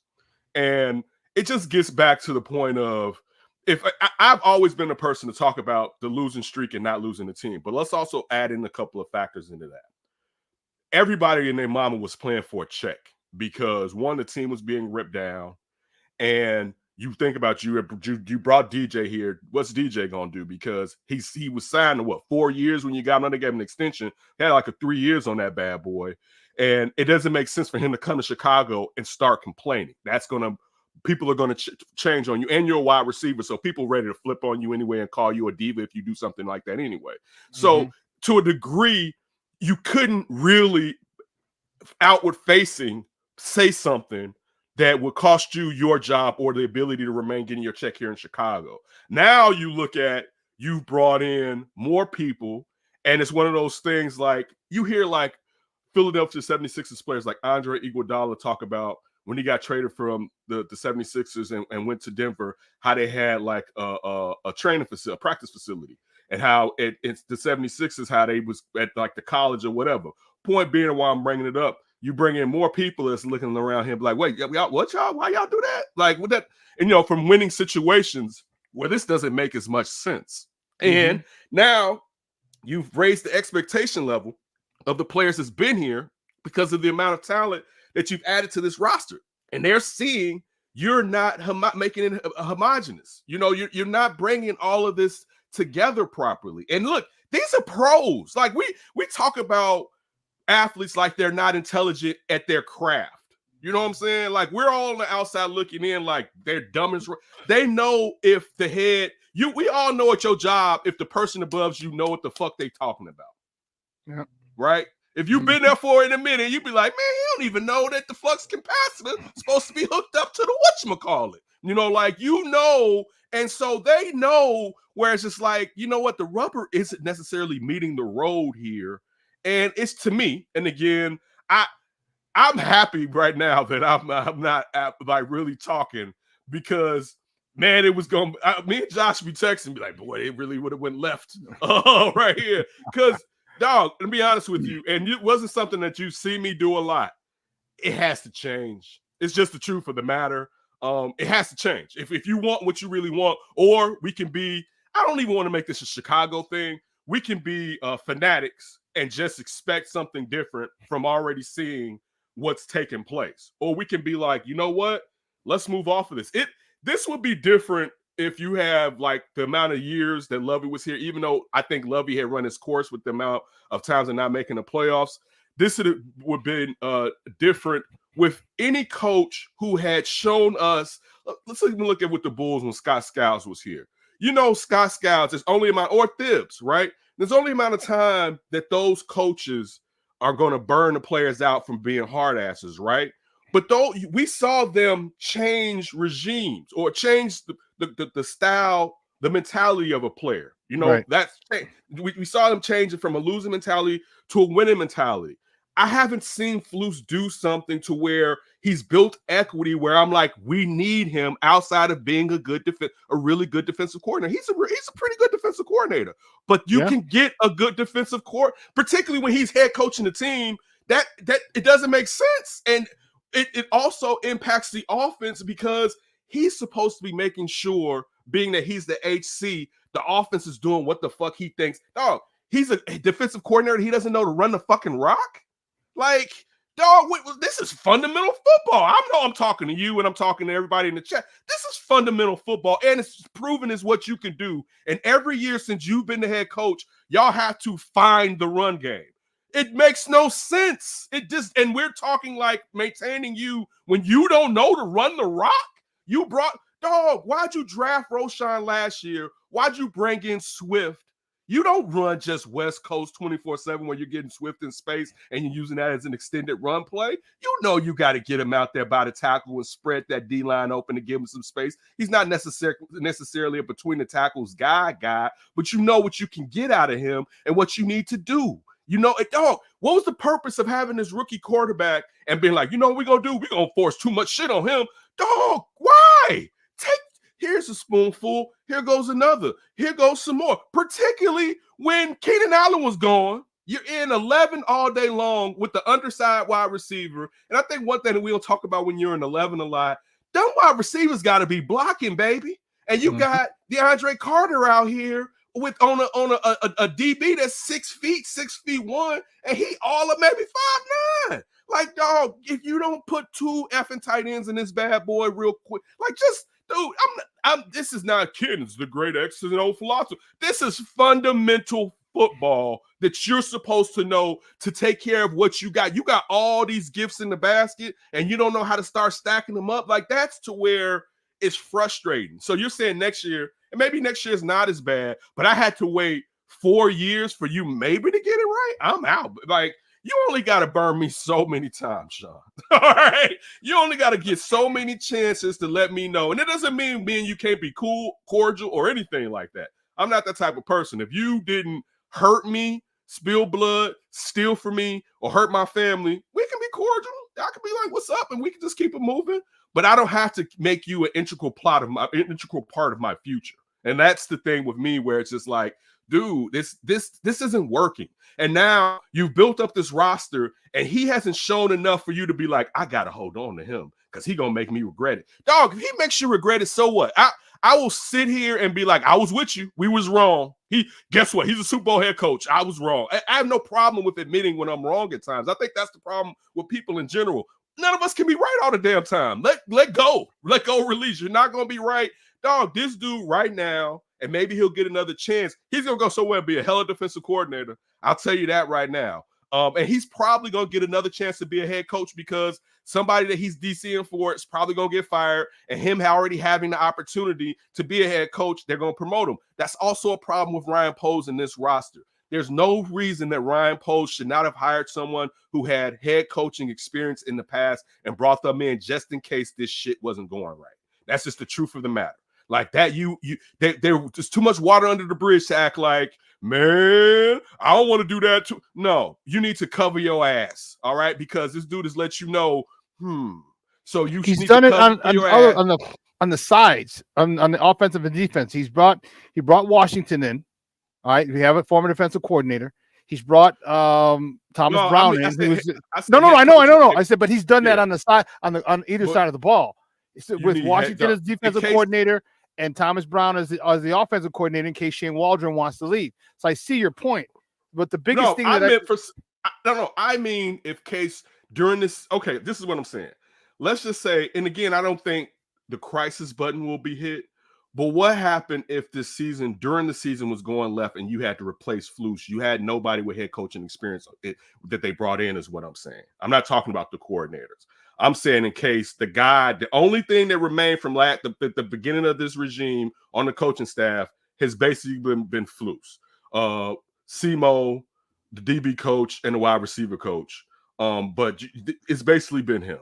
And just in case, it is going left and we can get on moving on and perhaps getting someone different in the front facing could help, you should have set yourself up for that because he hadn't done enough to be like, no, we don't want to do that to him. He hadn't. He gets props. But do you think they're going to make it?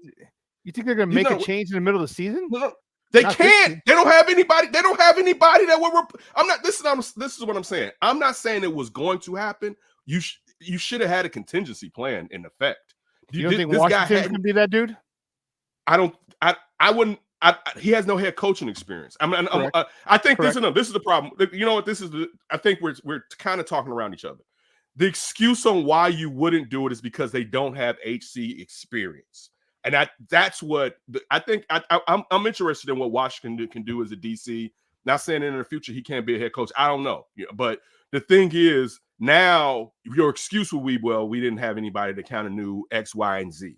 And again, the Bears aren't traditionally a team at all that gets rid of someone during the year. So I get your point in that. but you still make contingency plans. That's just the truth of the matter, just in case, because they gave him props for cleaning up his own shit. You can't go in my bathroom with explosive diarrhea, right?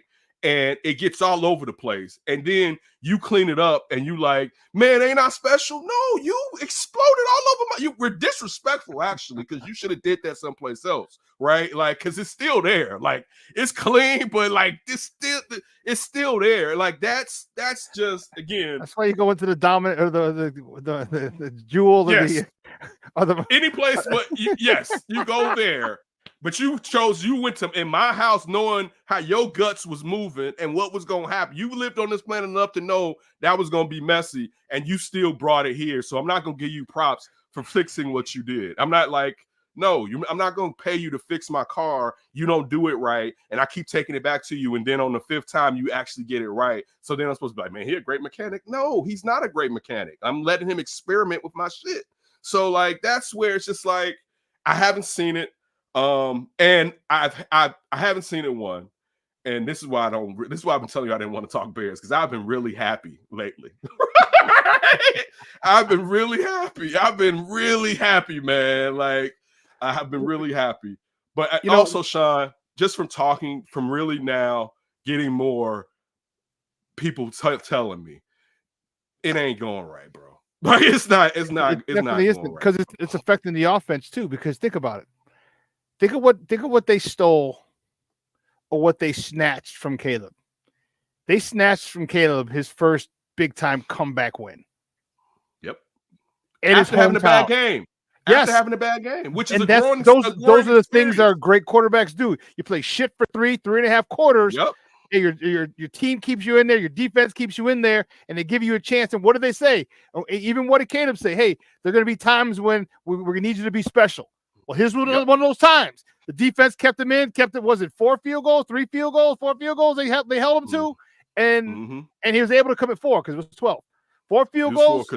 It's 4 because I have my fantasy team. It was 4. They missed that one. I guess who else I had him? Jaden Daniels. Go ahead, please. That's neither here nor there. It's neither here nor there. And you said even Poles and Caleb said it. Like, there'll be times where, let me lean on these guys, and then when it's time to be special, go be special. He was special. He took you down, scored with 25 seconds. He should have been Larry Bird. I'm like, damn, I left too much time on the clock. He should, you know what I mean? Like, score. I mean, you can't. That is a huge moment for a quarterback, for an offense, for a team. Mm-hmm. When you come back and you played like shit and you did not do anything to deserve that victory, but you still got it. You stole the game. They stole that from him. You stole that moment from him, and you stole that moment, as I said, from the team, the offense, and from him. Him most importantly, because if he has that confidence, man, what this kid can do. Because it's frustrating. That to me, that was huge that's stealing that. I want this kid to get confidence. We all know who I was a Justin guy, but Caleb's our quarterback now. And I want him to have confidence. I want him to be good. I want him to be what everyone said he could be. Mm-hmm. And you stole that from him. And that's the thing that's frustrating. And that's why I said my faith in Eberflus is going quickly. I mean, it should. I don't want to be totally murky dismal. He's not terrible, but he's not special. Is the thing. Yeah. And so that's where there's no reason where it's like we need him. No, we don't. Let's even say this with the Tyreek Stevenson situation. If one of Eberflus's strength is going to be, hey guys, I won't throw you under the bus, right? Publicly. He can still show frustration and say, you know what, we're going to remedy this and we're going to solve this issue. To let everyone know this is bothering me. We are going to talk to the player about this, and that there's something to it. But to act like it was nothing and just whatever, dude, it's just, man, I'm out. You know what I'm saying? Like, I don't see it. And the problem is it's too early. Like, who wants to spend, it's not even the halfway point of the season. Who wants to sit there and think about you need a new head coach and you got this? This is the same way where we were looking at the whole #1 pick thing last year. And it took away from the season, basically. Not saying the season was great, because we knew what the future was going to be. And that's how it looks again, where we could have just done this year. You know, like this should have been taken care of this year. Like that's where it's frustrating, because that one thing that I think Ryan Poles is a really good general manager. I do think he has flaws, and I've mentioned offensive line. He and Henny Cunningham have to let someone else do that. You have to admit it and say, you know what, so and so, you're going to be this, or we're going to do this. We're going to flip totally how we do this. But also trying to prove yourself right. You look at the Velus stuff. You know, what was the point of holding on to Velus? Basically, trying to show I was right in the situation. And the same thing applies with Flus, where it's like, and I could say this, I don't know how much leeway he has as far as getting rid of his head coach, with ownership. And also I think what we found out like last year, something Flus has an extension on there, so you're paying him and somebody else that you will be bringing in. But Flus hadn't done enough to where you're going to be like, I got to hold on to him because he took over for DC, because he brought in a guy with him. Let's not forget that too. That was his guy. That wasn't someone where they did a coordinator search, right? And it was like, hey, we're going to partner you with him. No. Hey, buddy, man, you're going to go to Chicago and you're going to be the defensive coordinator. That was that situation. So when we're talking about just evaluating character and people that you don't know. And again, that can happen to anybody. You may not know something about one of your co-workers / friends or whatever that can pop out on you. It can happen to anybody, but that still is a demerit. You know, like truthfully, it still is. It's a demerit. You know what I'm saying? Because we living in the real, like this is the real world. This isn't tiddlywinks. Let's all be buddies. This is like, yo, I'm trying to feed my family, and I may have to move. Like this is real life shit. So like you can't, like, it's not even just from the coaches. It affects the players. It affects the other people that take care of the players. It affects the general manager. It affects a lot of people if you fucking around. You know what I'm saying? And that's where it's like, when we just sit here acting like, man, it's cool that you kind of fucking around. It's not really cool. You know what I'm saying? Like it's not really cool. Did you have demerits? Did you get demerits in high school?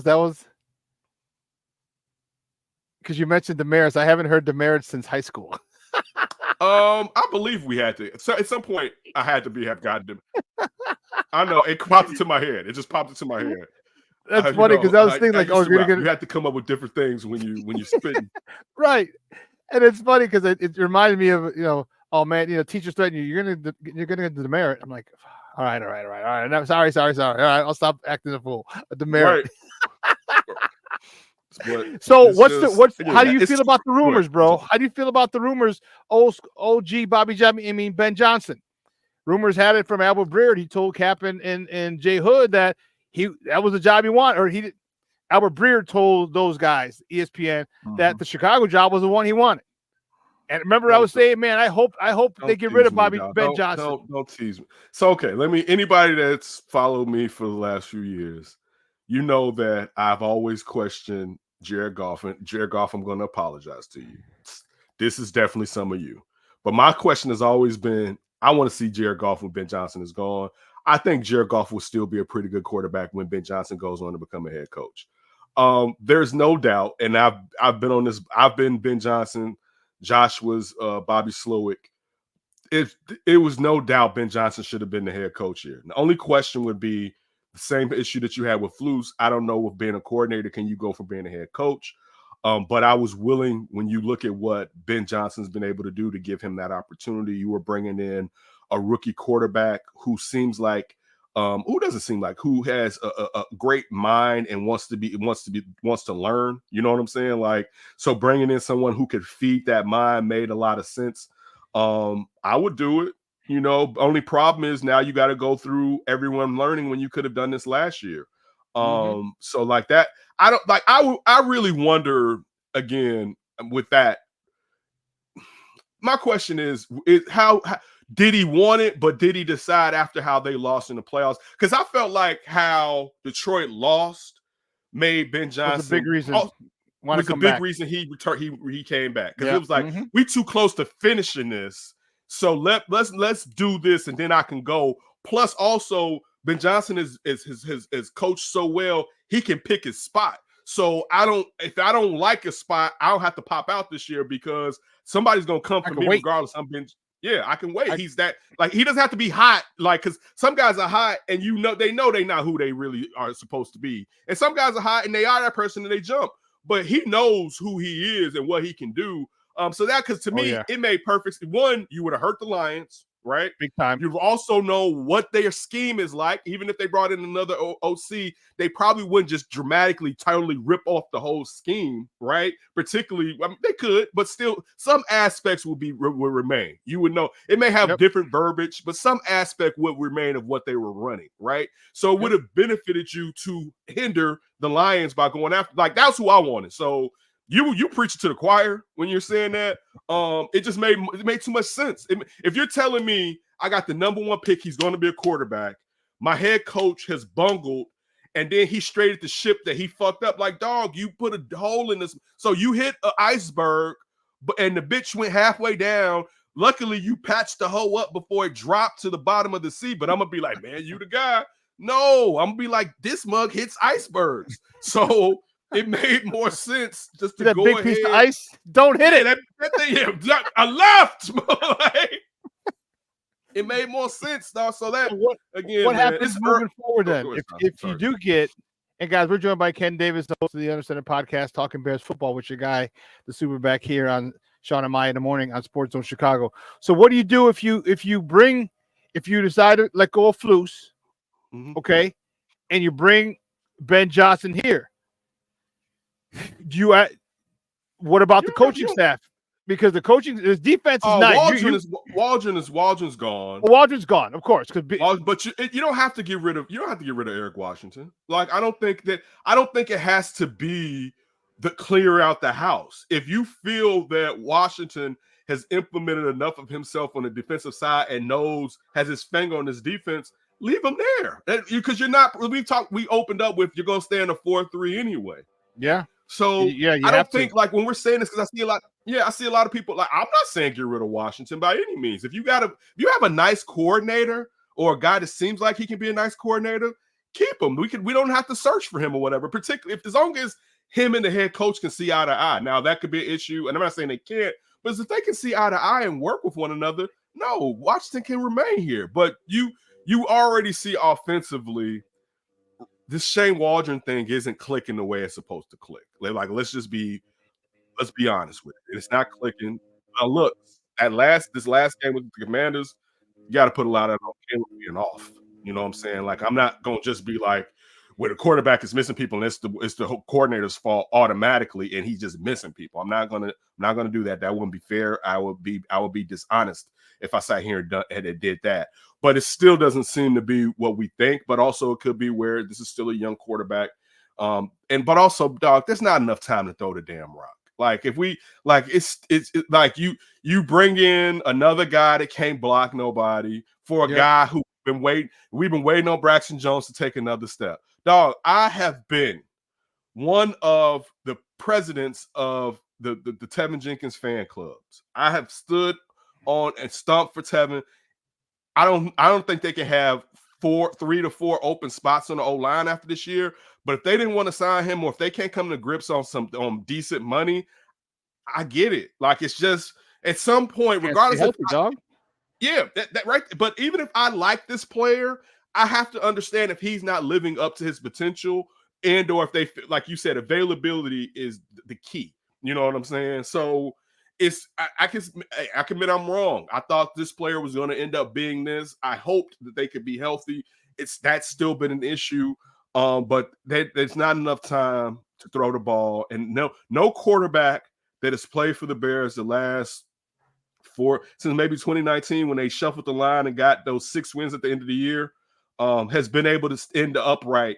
I guess some of Mitch had some time. He had a little bit of time early on to throw the ball or whatever. But for the most part, the Bears offensive line when it comes to pass pro has been close to trash, if not trash, for 4 to 5 years. That's the truth.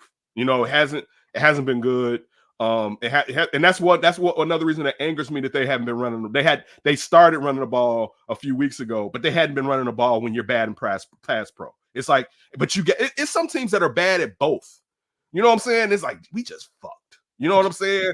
But you actually can do one, and you've shown to do it well in the past. But you're trying to prove that you're sophisticated through the air, and I hate. Well, I'm trying to show you how smart I am through the air. That's one reason I like Kyle Shanahan, because Kyle Shanahan gonna show you sexy run packages too with all the other stuff that he can do. I'm not saying that he is impervious or whatever. He hasn't won a Super Bowl, but still, I could see why. Case in point, mentioned that I'm not gonna hold on to Kyle Shanahan. If you get what I'm like, I'm be like, Kyle, I'm tired of you losing the big one, but your quarterback did blow his arm out in a crazy fashion against the Eagles, and I'm gonna make excuses to hold on to Kyle Shanahan. That's what I'm talking about. When you have him, we make excuses to hold on to him. You know what I'm saying? Like when you had Joe Madden with the Cubs, and it was Madden almost lost the World Series, but still they won it, and you still thought about and you still thought about all the good stuff he can do. So it was like, let's keep rocking out, right?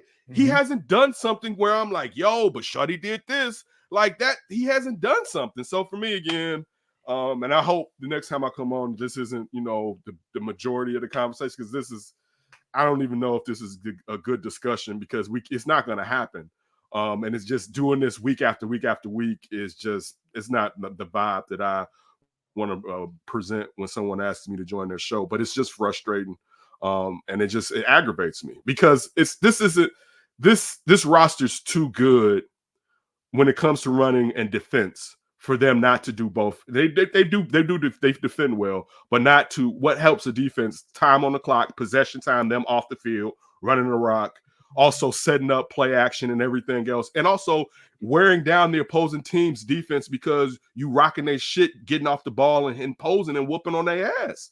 And the fact that a defensive coordinator isn't getting off the bus with that doctrine, you know what I'm saying? Like, we getting off the bus like, dog, we gonna get physical on these MFs. That's like, especially when you can do it. Like, it'd be different if you a finesse team and you saying that, and it's like, you talking crazy. No, y'all can actually do that. So why do you have the oldest run blocking, pass blocking tight end in the league? You know what I'm saying? Like, what's the purpose of Mercedes Lewis being here if you're not gonna unleash what he can do? You know what I'm saying? Like, dude, let's.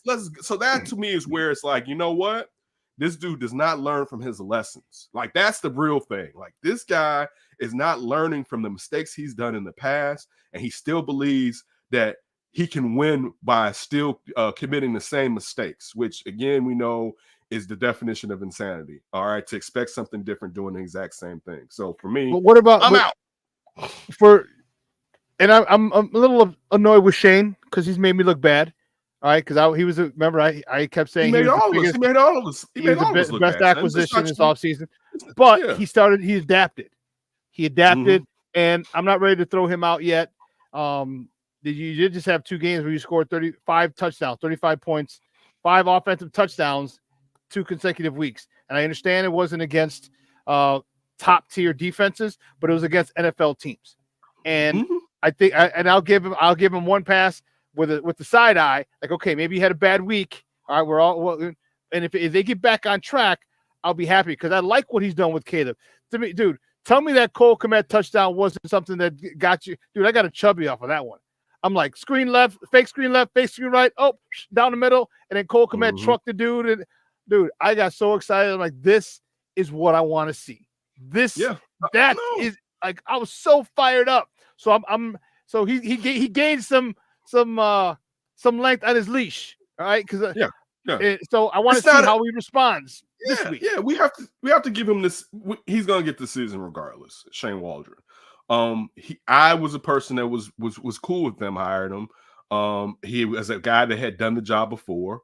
You look at the project. You look at Geno Smith, and some of that we also got to give just props to Geno Smith for turning his career around from being a bust to being a good quarterback. You know what I'm saying? Like, he's a good quarterback. Like, you look at the yards, he's a good quarterback. So initially the fact that the player said, you heard Mercedes Lewis come out and said, basically we can all just be men up in here. You don't have to tiptoe around us. And look, it may take some people some time in a new environment to know and that to kind of get themselves to the comfort factor where they can just shoot shit straight. You know what I'm saying? But still, to me, I would think that when you are taking on a job and there is tape and video, and your job is to study film, and you see what the staff that you had did well, you would make sure to incorporate that in your plans, particularly when you're trying to ease in a rookie quarterback. But again, it was a mistake, and I'm willing to give him a pass to learn from it. I haven't seen enough to where I'm like, if they move off of him, he needs to remain. If they move off of Flus, that he has to remain. I'm not to that degree yet. But look, I'll say this: it'd be great. I would love to have an issue where at the end of the year, it's like, damn, man, I don't know if we want Waldron to leave. And it may hamstring him, even though a real grown man do grown shit, and you got to cut bait. You got to cut bait. I would love that to happen.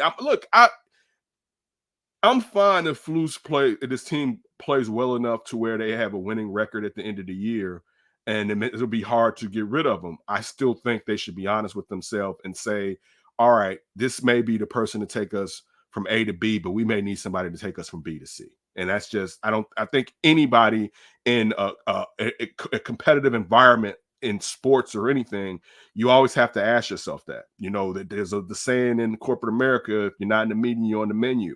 And that's for Warren, Poles, and Cunningham to be like, yo, do we see to get us there? Is the head coach a decisive influence on getting us to X, which would be a Super Bowl? Do we think he is that guy where it's like we couldn't have done that without him? And if he's not, you probably should start looking for someone that's closer to that player, that person. I think that's probably the best way to analyze it. I think that's the best. Is this guy going to lead us to the confetti party? Yes or no? Yeah. And if he's not, and that's the, who will be, because you can still get some good coordinators, but who's that guy? Because you got to command 53 men and a coaching staff. Mm-hmm. You got to command those men. All right. And he's done a decent job to this point, commanding the men. Some bad on-field decisions hurt. Okay, but now that the locker room is, people are starting chirping in the locker room about, we could, Jalen Johnson, we should have called. I think we should have called a timeout. Blah blah blah blah blah. And then Cole Kmet or Jalen Johnson saying we don't run through, we don't go over stuff in practice. We don't. We gloss over mistakes. Like they won't re-rep something, because in today's NFL, it's like, give me how many reps? How many reps? I got to get through this script. I remember in college we had a script. Mm-hmm. All right, we got to get through these 25 plays. You mess up, all right, we'll do it again. We'll get it later. We'll watch it in film. No, you stop and you go back over it until you get it right. And if you don't get through it, well, guess what? Then we got to be better tomorrow. And that says a lot about the coaching staff. Cole Kmet talking about the respect of the game. There's a lot. They're starting to see some no pun intended, or any bad thing. But there's some chinks in that armor now, and it's really they're starting to show. And cracks in the windshield. That's not a good thing. I'll end with this. Accountability is a humongous issue at Hollis Hall. Yeah. Just come out and say, you know what? Even if you don't got to be that direct to say, hey, you know what? We're going to handle it internally, and he's going to learn his lesson. End of story. That puts me at ease. Like, okay, so now I want to see what you're going to do. And if you and it doesn't have to be a big promotion and pound that thing. That thought it doesn't have to be that thing. He's gonna. We'll handle it internally. And when he's not dressed and he doesn't travel with the team next week, we know statement made. Then you're like, as someone on the outside, like, okay, cool. That's accountability. Okay, good. Will he do it? That, my friend, is another question. Ken, great stuff, buddy, man. I love having you on. I love you, Papa. Do me a favor, though. Let everybody know where they can find you and your work online. That's Davis right now. Is where you can find me at. Probably I'm going to do some independent stuff and probably be back on some platform sooner or later, but I'm about to start. I've been enjoying my break. This has been a sweet little break. Not letting this like really get me angry, and I kind of needed just to be like, you know what? That's over there. Let me relax. But I think I'm about to pop back out. Unfortunately, I want to say fortunately. I always enjoy it. But Mondo, definitely tell the wife I said what's up, and it's your son. But anyway, listen, you're my guy. Tell your mom I said what's up when you pick her up. Everybody in the chat, Will do. appreciate you all. You make me smile, and I enjoy that. Listen, they're a good team. They may not be as good as what we hope they're going to be, but they're not trash. They're far from trash, and they definitely have building blocks to be a really good team moving forward. But this is one thing I said on here plenty of times. This is the toughest division in the NFC. And I told you all that the Vikings weren't going to be chumps this year. I said it, and it was like, get the fuck out of here. They look at them. And so it's just one of those things, man. But everybody be safe. Take care, and I'll probably holler at y'all in a few weeks or whatever. But appreciate Thanks, you, Shawn. buddy. All right, bro. Guys, that's Ken Davis. Man, great stuff. Talking Bears football. Guys, we got to bounce. I got to go pick up the warden from CrossFit. Guys, have a phenomenal day. It's going to be another 80-degree day here in and around Chicagoland area, so enjoy it. Probably going to be the last 80-degree day of the year, so enjoy it. And you know how I always say, do me a favor. Let your loved ones know you love them, all right? So for everyone here at Sports Zone Chicago, I'm your boy, the SuperBack, Shawn Sierra. Have a phenomenal day. I'm going to replay this tonight at 6 o'clock. And you know what? Your boy is out.